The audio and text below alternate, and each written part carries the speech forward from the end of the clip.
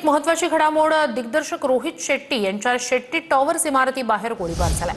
मुंबई पोलिसांचं पथक घटनास्थळी दाखल झालेलं आहे। या प्रकरणी तपास सुरू आहे। शेट्टी टॉवर्स बाहेर 4 राऊंड फायर केल्याची माहिती समोर येते। या संपूर्ण प्रकरणी सर्व बाजूने तपास केला जाणार असं मुंबई पोलिसांकडून सांगितलं गेलंय।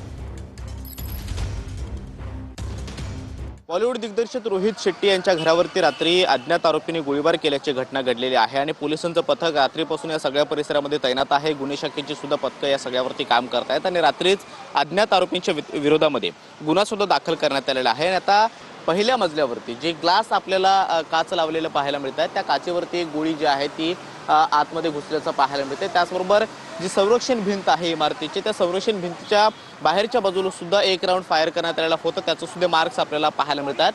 आरोपींच्या शोधासाठी 12 पथकं तैनात करण्यात आलेली आहेत आणि सीसीटीव्हीच्या माध्यमातून सगळ्या आरोपींचा शोध घेतला जातोय। त्यामुळे गोळीबार करणारे आरोपी कोण निघतात हे पाहणं महत्त्वाचं असणार आहे। कॅमेरामन रोशन सोबत मी कृष्णा सोनारवाडकर, TV9 मराठी।